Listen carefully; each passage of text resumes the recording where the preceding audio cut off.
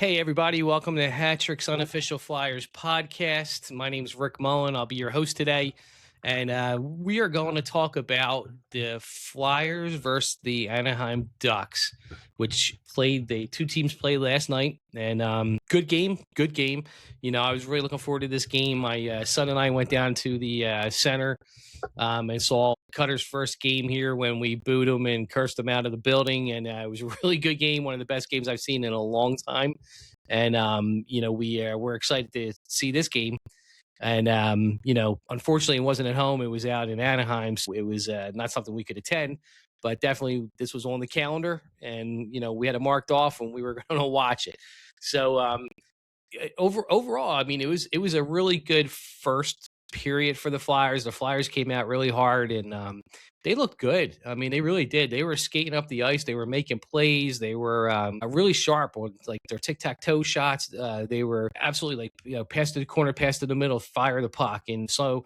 They must have been practicing moving that puck to that slot and then just getting some high slot shots.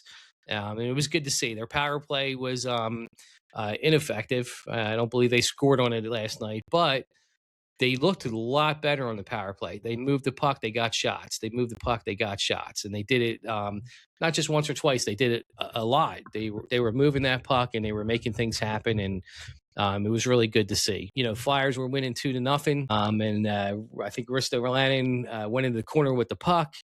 And lo and behold, he, had a brain fart. I don't think he knew what to do with the puck. He was facing the boards. He put his chest against the boards, and somehow he loses the puck. And lo and behold, Cutter goes, he skates out of that corner across the slot, and he does a backhand top shelf on Vlad, and puts them up. Puts one on the board for Anaheim, making it 2-1. You always want someone's going to score eventually, but last night you just hope it wasn't Cutter, and Cutter did. Cutter scored. The Anaheim Ducks had 36 shots last night to the Flyers 28. They threw 20 hits to the Flyers 19. Penalty minutes were pretty even. Each team had 15. Flyers won, 58-42 on faceoffs, and 58% to 42% on the faceoff. So it was a good faceoff night for us. Little surprising thing, we had a line out there, a fourth line of Glenn Denning in the center with Couturier on a wing and Hathaway on a wing. And when it first started, I was thinking like, wow, we're running with this line all night long. This is going to be terrible. And guess what? They looked good. They did. They looked really good last night. Kudos where kudos is due. We were talking about Glenn Denning being super slow and Coots being super slow, and the last game and how it didn't look well. But last night it clicked and it worked well for them. Glenn Denning got a goal from a nice feed from York from the behind the net. He threw it in. York threw it in front, and Glenn Denning was there. He top shelved it, and it was a really good goal. I think it was his first goal in like a very long time. So it was good to see him get some points on the board for us. And it was overall a really good game for like either first, maybe even the second period. And then going into the third, this is where it had some issues. Like the Flyers, for some reason, whenever they're ahead in the game, they turn around and no matter what the score is, and this is where I guess I differ in my mentality here. If you're up by one goal, I don't think you should sit back. I think you still need to take it at these teams. You just need to take it at these teams no matter what. And keep going. You're up a goal. You're playing hard. Things are working in the first period. Things are working in the second period. Just keep at it. The longer that you have control of the puck and you're in their zone, the less time the other team has to try to score on you. But for some reason, the Flyers get into that third period, and I don't know if it's a Tocchet thing or if it's a player thing, but they tend to sit back, and the whole game was different. Like it was a totally different team in the third period for the Flyers. They went into the third period looking good, came out in the third period like a dumping team. Like as soon as they touch the puck, they just dump it. It was terrible. We had no possession. We didn't really do well, and you just sat there the whole time thinking like, man, we spent this whole period down in the Flyers defensive zone, and it's just a matter of time before they score. And they did. I think they scored with like 2 minutes left in the game, tied the game 2-2, and here we go into overtime. And it was a bad decision if it was a decision on Talk to sit back and play D. If it wasn't a decision by Tocchet, then these players have to, realize that they had this game the way they were playing it, and they should have played the third period the same exact way they played the first two. But they didn't, and I don't know why. Again, so I don't know if it's a coaching issue or if it was a player issue, but let's hope it gets fixed in the future and they learn from this. Couple things with the players tonight. Let's start with Matvey Mishkov. Matvey had a tough game tonight. He didn't look too good. He did make some plays, but he was very slow. He looked really, really slow out there. He was his typical self. I think like he was hard on himself, and because he was hard on himself, he was getting a little angry, I guess, on the ice. He was going at it with what I forget the guy's name, Mishnikov or something like that. They call him. It's close to his name. Those two were going at it for a few times. He actually got Mishnikov. Hopefully it's right. To drop his gloves, and then Mishkov turned around and skated away, and left him standing there with no gloves. So he was definitely in the corners doing some dirty stuff, some dirty work, and but his game as a whole was really, really not looking so good last night. He did get some overtime minutes, and he almost had an open net stuffer on the game winner. He had an open net, slid it across, and for whatever reason, God knows, he missed the net. And he pushed it wide, and he missed a wide open net. And thank God Cates was there, who pushed it back in front and put it into the goalie's pad, Dostal's pad, and Dostal kicked it in the open net, and that's how the Flyers won. So it was still Mishka, I think, got an assist on that. He was in the right spot at the right time. But I think that was the second open net that Mishkov missed last night. I'm almost positive. So we had two open netters that he'd missed. So his hands are giving him a little bit of a problem lately, and he looked a little slow. He took some bad penalties. He was holding the stick. Usually when you see Mishkov getting these penalties, it's because he's not able to keep up most of the time. Most of the time he gets them because he's leaning and he's doing stick checks instead of working those feet a little faster and catching up to the play. He's usually not in a game when he's getting those penalties. So, hopefully Mish rebounds here and gets a little better for tonight's game. Owen Tippett is an absolute animal. He looked fantastic last night. That was his kind of game. It was a fast game. He had all kinds of opportunities. He was flying around the ice. He had a breakaway. He did a backhand top shelf. I think he hit the crossbar. He threw his body. He ended up doing that breakaway, hitting the crossbar, and I think he got mad that he didn't score. So he ended up turning around, and one of the Ducks players had the puck, and he absolutely leveled him with a huge hit. And Tip never leaves his feet. Like, he's just so solid. He went at the guy with a little bit of speed, kept his feet on the ground, and just put his shoulder into him and sent the guy, flying a couple feet towards the boards. So Tip is, like I said last time, I'd hate to see this guy go. He is our power forward, our version of a power forward with some speed. They have to figure out a way to keep him if they can. I know they have a lot of holes on this team. I know they're trying to get a center, a number one center, a number two center. I would just hope that somehow, some way, it's not going to cost us a Owen Tippett, because he created so much of the play last night with his speed that you take him off this team and, we lose probably half the shots we had last night because he's not there to create them. So let's hope the Flyers can figure this out. Good game. It was a good game. And, big shout outs to Coots too.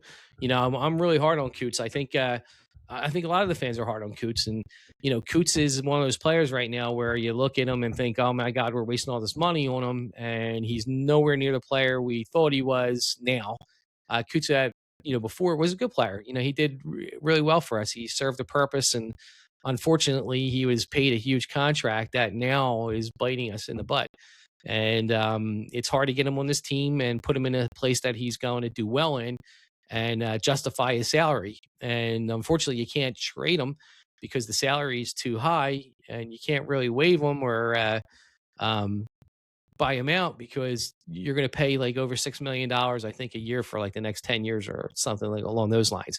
So really hard. I've been really hard on Coots. However, last night Coots had a fantastic game. Coots, they had Coots on a wing last night, and he had a lot of plays. Like he actually created a lot of opportunities last night. I don't think we got any goals from it, but he normally like falls down or can't get to the puck and dumps it in because he can't skate it in. And but last night he was actually able to get in the corners. He was throwing pucks through the crease. He did some backhand passes that were like just right there, and we couldn't score on. But Coots looked really good, really, really good last night. And maybe that line, there's a little more to it than we think. I'm not sure if they're going to run it again tonight against LA, but I would think with Tocchet winning this game that he's not going to really make any changes except possibly changing the goaltending, which would be Urson for tonight. Didn't see it yet, so I'm not sure who he's starting, but more than likely, I would assume the lineup is going to stay the same. Heard that Tyson Forster, he's back out there skating with the club. He's wearing his yellow jersey, which is a no contact jersey. And he's out with the team on this road trip. So really good to see Forster coming back. Will he get back into the lineup before the end of the year? I don't know. A lot of times these guys are just coming back in and trying to skate. If they got to the playoffs, he wants to be ready, I'm sure. So it would be good to see Tyson get back on the ice. Really going to be a heck of a lineup. Like if they can get Martone here and bring in Forster back from this injury, that's two big bodies. That's two big shooters. It would be good to see like what this Flyers really have and, going into next year. So I'm hoping he can get back. He can get a couple games under his belt without hurting himself again. And Martone can get in here and we can get a little glimpse of what the future looks like. I'm not sure if anyone out there had saw the Jetlachenko rumors. It was, I think, was it Craig Buttons, I believe? Craig Buttons had put it out there, something along the lines where the Flyers could be looking to move Jetlachenko, for the right deal. And he doesn't feel like Jet is a top 6 player. He's probably going to be a bottom 6, and he's just not going to fulfill where we thought he was going to be. And there's a good chance that that's true. There's a good chance that Jet doesn't turn out to be the player we were hoping him to be. I think there was a lot of our marbles were put in a bag that Jetlachenko was going to be a number 1 center, and he's not projecting anywhere near a number 1 center. However, I think he's still pretty young. I think he's been bounced around from team to team, and I think if he can get up here, play a little with the Phantoms, get a little bit of more of the Flyers organization, putting him in the right spots and seeing what he could do. He has the skill sets. He has really good vision and creativeness. He may not be the shooter everybody wanted, but he does have the ability to create and make a play, a good play. So I think between his speed, his size, and his skill set, his vision of the ice, I think Cutter. Oh my God, I think Jet will be okay. I really do. So I'm anxious to see him. Do I think he's going to make it here with us, though? I don't. Unfortunately, I think in order to get what we have to get, number 1, number 2 center, he's going to be part of some kind of package here. I think teams right now are not looking at him as like, hey, this great return. But I think if the Flyers can get him into the AHL and let him show some success down there, that he could be part of a package to get that 1C, 2C eventually. So that's my thoughts on it anyhow. Keith Jones was out there, on 97.5, right? Doing an interview this week. And he had some things to say. He went over just some topics. I guess we're all thinking, like, what's the state of the team? What does he think of Mishkov and Rick Tocchet? And, he talked a little bit about the team as a whole. Keith was very adamant that he thinks that the team is right on pace with where they should be. He was happy with the team and what they're doing. He did say that, like everybody else, he wishes they were progressing faster, but he thinks they're on track. They're not behind. He thinks they're on track, and he's anxious to see what the future holds. He talked about Mishkov a little bit. He said that, he's 100% committed to Mishkov. He's still as excited about Mishkov as he was the day that they picked him up from the airport. He knows, and he said that, Mishkov has some work to do, and he thinks that he definitely has been getting better. He looks a little better on the ice. His physical abilities are looking better, so it's starting to catch up with him. His training and his stamina have been looking better recently, according to Keith. And he thinks that he'll have a great offseason, and he's looking forward to what Mishkov looks like next year. So good to see him come in and actually talk about Mishkov, him actually talk about the team. He did say that he was happy with the status of Danny not selling Ristolainen for cheap. He was kind of basically saying, like, look, it was really important for Danny to actually set a price for our players and hold to that price. And he said there's a lot of things that go into it. If a GM knows that you say, hey, this is the price I want, and then when things start getting close to the deadline, you turn around and take less, they know going forward that you will take less and they'll wait you out. So he said it was definitely huge for Danny to keep that ask and not bend within reason. And Danny did keep that ask. And he said also what happens sometimes are like one GM will come in and offer something, and Danny or another GM will turn around and say, no, that's not what we want. We want this, this, and this. And then another GM will call a week or two later and offer something, and that GM turns around and takes that deal for far less than what he told the first GM. And that's where, Keith had said that there's a lot of integrity there, that what you tell one GM you want is the same thing that you tell all the GMs you want. And this way it looks better for Danny with his integrity in the league and how he deals with these GMs. So it was nice to hear him talk a little bit about that and what Danny did at the deadline. They did say, or Keith did say, that they were looking for, creative ways to make this team better. And that's just what they have to do. There's no quick fix here. There's not going to be a top 2, top 3 draft for us in the near future. They're going to have to find free agents and sign them if they can, but a lot of them have already been signed. So there's going to have to be some creative ways to make this team better without hurting the club. And that's what they're working with right now. They're looking at every option they can. There's a few names that keep jumping up, like Craig, McTavish on the Ducks. McTavish was scratched last night. There was a little bit of talk about it, like, would the Flyers be interested in him? We're back at the Seattle with Shane Wright. Shane Wright. Shane was always rumored to be available. There was Flyers people saying that they weren't interested in him during the season, but then after the trade deadline, his name popped up back again, and somebody out there had connected the Flyers back to Shane Wright again. So, Shane Wright an option? I think so. Is Shane Wright's value super high? I don't think so. And I think the Flyers probably wouldn't have to give up too much to get Shane Wright. And I'm okay with that. Like, if they want to take a stab at Shane Wright like they did with Zegras and Jamie Drysdale, take a stab. What's the worst thing that can happen? I think you have a short-term contract with Shane Wright, maybe another year.